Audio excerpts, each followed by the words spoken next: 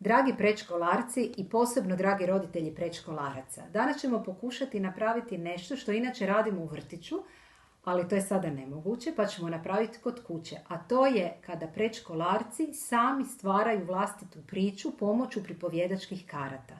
Dakle, svaki predškolarac iz ovog snopa lijevom rukom, jer to odgovara desnoj polutki mozga, bira 3 karte.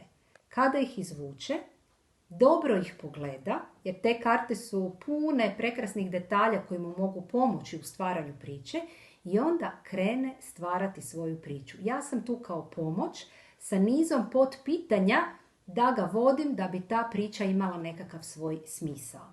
Dakle, postoje određena pravila, nema ih puno, a to je da stvaramo priču u formi bajke, što znači da priča mora početi s jednom davno, da obavezno priča mora završiti sretno, da u sredini glavni junak ili junakinja imaju određeni izazov, da imaju nekakav negativan lik u blizini koji remeti njihove planove i da, na primjer, imaju neke pomagače. Dakle, kako sada djeca ne mogu birati karte, izabrat ću ja. Uzet ću lijevom rukom 3 karte, nasumce, i otprilike vam pokazati kako idu ta potpitanja. A naravno, vaša mašta nema kraja. Dakle, lijevom rukom biram, na primjer, evo, 1 karta, evo, 2 karta i 3 karta. Ostale karte mičem i da vidimo što smo dobili. Dobili smo kartu kraljevne,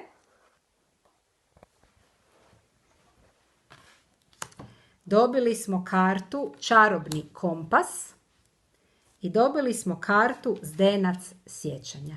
Dobro, sada pogledajte kako su oslikane te karte, jer to su vam poticaj za stvaranje priče. Dakle, priča mora imati uvod, središnji dio i kraj priče.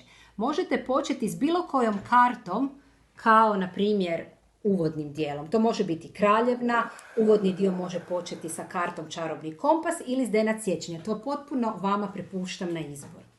Ako, na primjer, krećete sa kartom kraljevna, vi i djeca dobro pogledajte ovu kartu. Kako ona izgleda? Dakle, tu je kraljevna. Možete djeci postaviti pitanje, na primjer, je li ta kraljevna sretna ili nesretna? Kako ti ona tu izgleda? Ako je sretna, zašto je sretna? Ako nije sretna, zašto nije sretna? Pogledajte, kraljevna ima nekakvo pismo u ruci. Je li ona to pismo pročitala ili ga je bacila, primjerice? Je li to pismo bilo s nekom dobrom vijesti ili nije? Što radi ptičica u njezinoj ruci? Je li ona nešto priča, primjerice? Jedno potpitanje može biti ima li ptica i pismo, imaju li nekakvu vezu zajedničku. Znači, to, na primjer, sve može biti uvodni dio priče. Pogledajmo onda, na primjer, drugu kartu. Druga karta se zove čarobni kompas. Kompas je, znači, sprava koja pokazuje smjer. E sad, na primjer, u vašoj priči to može biti neki smjer prema nekome ili nečemu. Je li taj čarobni kompas vezan s ovom kraljevnom? Ili nije? Ili, na primjer, je li taj kompas vezan sa zdencem sjećanja? Pokazuje li možda taj čarobni kompas pravac kuda netko treba otići do tog zdenca sjećanja? Ja ne znam.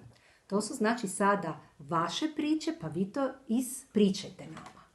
Imate 3. kartu, znači, koja se zove zdenac sjećanja. Ako ju dobro pogledate, vidite da je ovdje naslikan jedan dvorac, puno stepenica koje idu u dubinu gdje se vjerovatno krije taj zdenac sjećanja. Djeci postavite pitanje.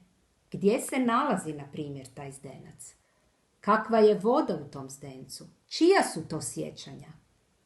Ako su to sjećanja od ljudi, jesu li to sretna sjećanja ili nesretna?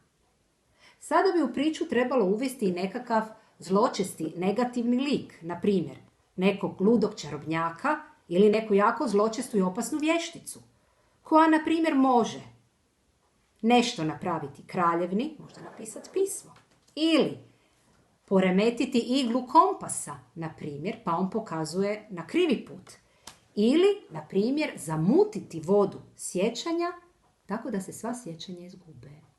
Tko će spasiti priču? Tko će možda spasiti u konačnici i kraljevnu? Ja to ne znam. Dakle, to su sve različite mogućnosti kako s djecom možete stvoriti jednu priču.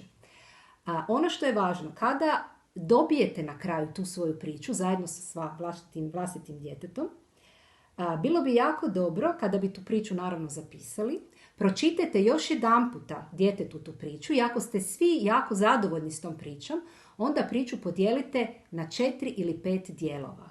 A to je zato da svaki dio dijete oslika, pa će osim priče imati i svoju lijepu slikovnicu. Vremenski niste ograničeni, ovo je nešto što je jako zabavno, jako produktivno, jako potiče razvoj kreativnosti i mašte i razvoj komunikacijskih vještina kod djeteta, tako da uzmite si dovoljno vremena. Možda će priča biti gotova za sat vremena, a možda ćete ju tkati nekoliko dana. U svakom slučaju veselimo se vašim pričama, pošaljite nam te priče i neka djeca svakako i oslikaju te priče. Želim vam puno sreće.